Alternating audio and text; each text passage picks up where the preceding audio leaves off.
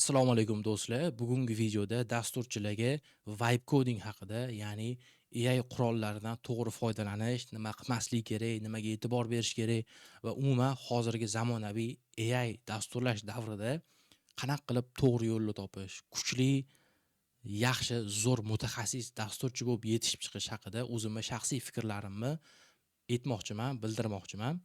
Chunki bu sohada ko'pchilik hammani juda ham ko'p fikrlar bor. Kimdir unaqa, kimdir bunaqa deydi.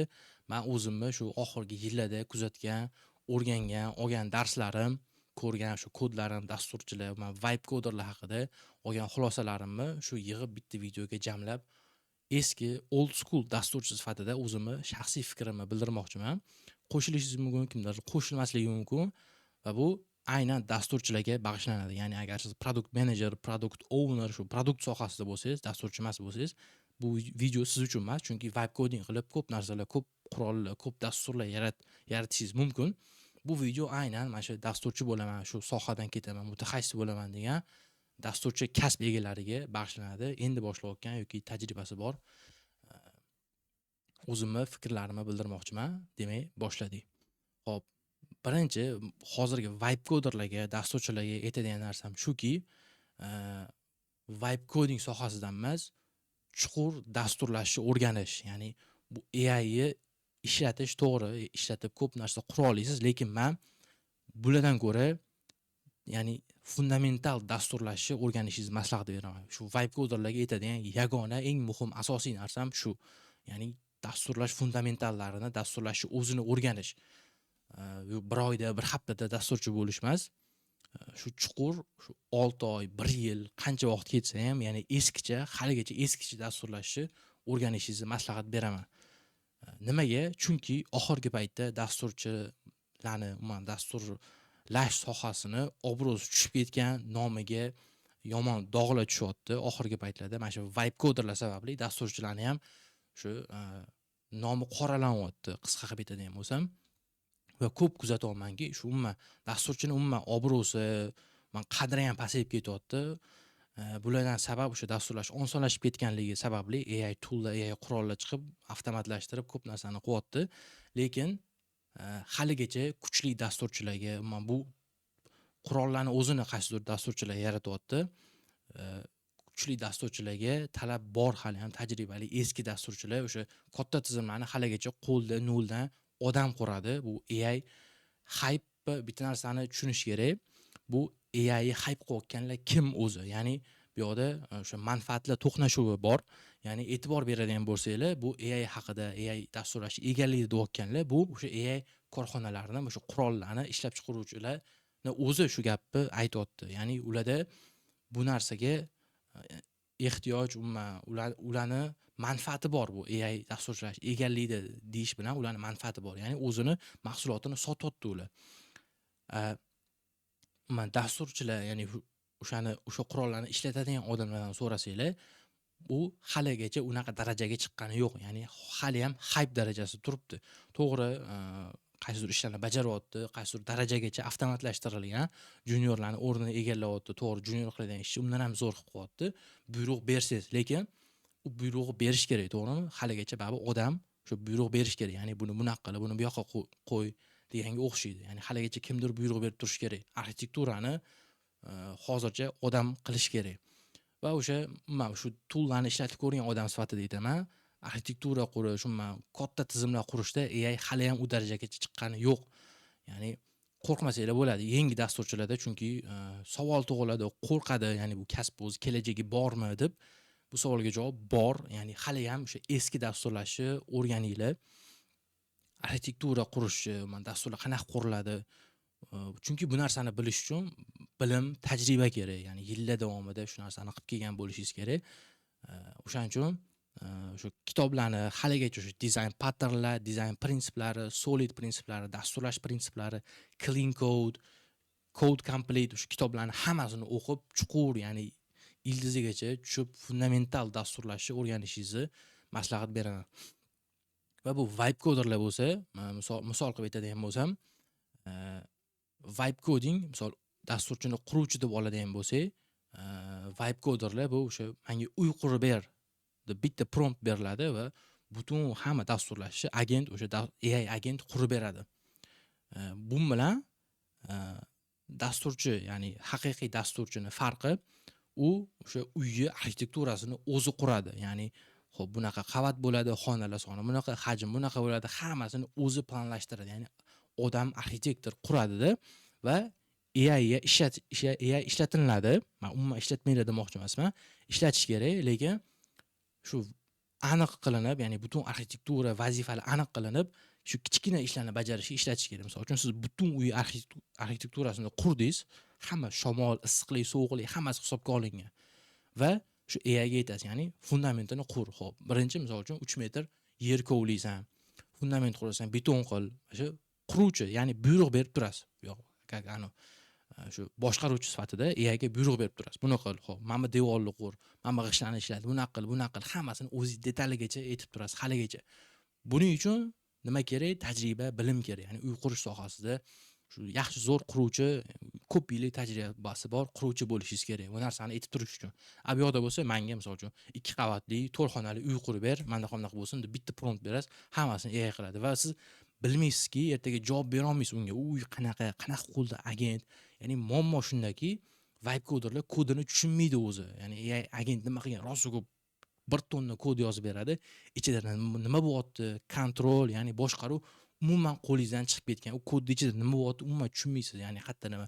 Bu keyinchalik dasturni maintain qilishda, ya'ni uni yangi featurlar qo'shish, buglarni update qilish, yangi nimalardir qo'shishda bosh og'riq va ilojsiz narsaga aylanib ketadi. Yillar vaqt o'tishi davomida. Chunki dastur faqat qurishdan iborat emas-ku, to'g'rimi?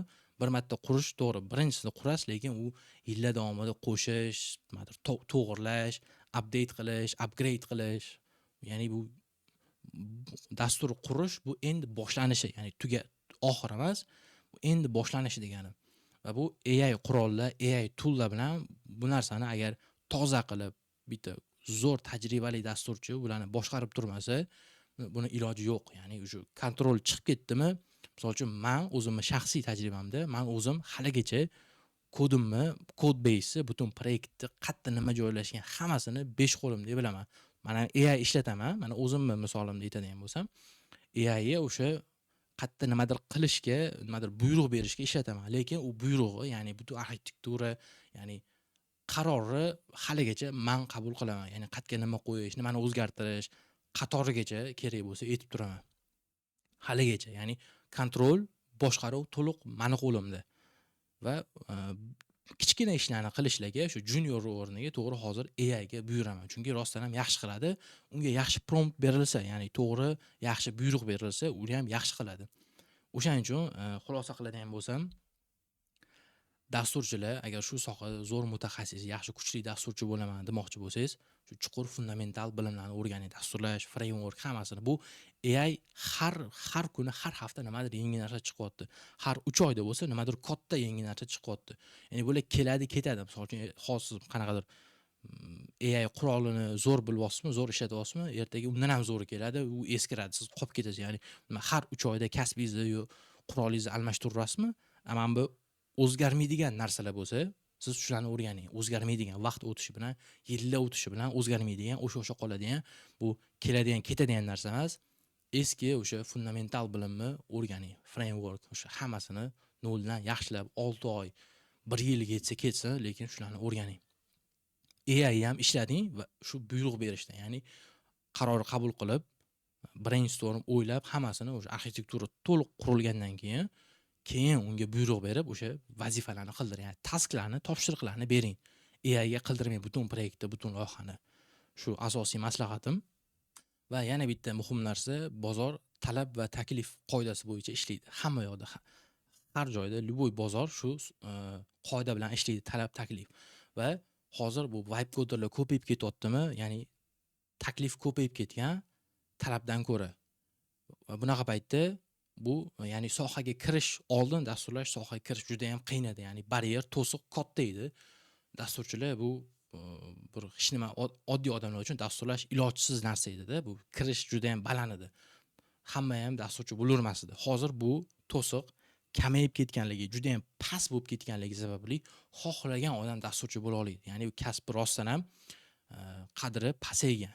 Ya'ni mana misol uchun ko'p kasblarga e'tibor beradigan bo'lsanglar, oddiy odam qiladigan yoki oyligi past kasblarga e'tibor bersanglar, bu kasblar xohlagan odam qila oladigan kasblar. Ya'ni uni o'rganishga 1 kun ketadi yo yarim soatda u kasbni o'rgansa bo'ladi. Umuman hech qanaqa o'quvsiz o'rgansa bo'ladigan kasblar eng oyligi past, hamma uchun barobar, ya'ni odamlarning ham qadri yo'q, tez o'zgartirsa bo'ladigan kasblar hisoblanadi. Dasturlash ham shu pastga tushyaptimi? Endi nima qilish kerak? Ya'ni baryerni ko'tarishingiz kerak. Siz o'zingiz uchun almashtirish qiyin bo'lgan odamga aylanishingiz kerak. Ya'ni vibe coder bo'lib ketsangiz, bo'lib qolsangiz, sizni almashtirish oson. Ya'ni vibe coderlar tiqilib yotibdi. O'shaning uchun chuqur bilim, ya'ni siz qaytanga hamma bu yoq tarafga qarab ketyaptimi?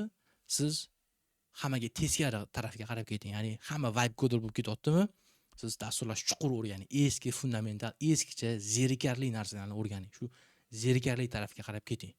Bo'lmasa, mana shu hamma qatori tez almashtirsa bo'ladigan oddiy, ya'ni bitta kasb etmoqchi emasman, kasb qadrini yo obro'sini pasaytirmoqchi emasman. Shu hamma odam qila oladigan kasb egasi bo'lib qolmang. Shu teskari hamma yurayotgan tarafga qarab teskari yuringda. Chuqur dasturlash bilimini shuni o'rganing. Ya'ni kodni o'zingiz yozing. Bir AI ishlatmang. AI'ni o'rganib bo'lib keyin ishlating. Buyruq berishga ishlating. Chunki aytganimdek, zo'r arxitektor bo'lish uchun, bu AIga buyruq berib turish uchun siz oldin o'zingiz tajribali, zo'r, kuchli dasturchi bo'lishingiz kerak.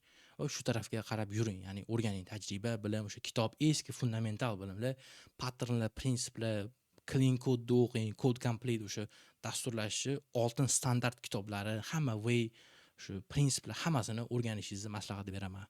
Agar kuchli, zo'r, kelajagi bor, almashtirish qiyin dasturchiga aylanish niyatingiz bo'lsa, shu yo'lni tavsiya qilaman. O'zimning shaxsiy fikrlarim. Rahmat, videoni ko'rganingiz uchun. Sizda nima fikr bor? Ya'ni izohlarda yozib qoldiring. Men AI ga qarshi emasman. Men fikrim aytdim, men ham AI ishlataman. Haligacha zo'r, gap yo'q, zo'r.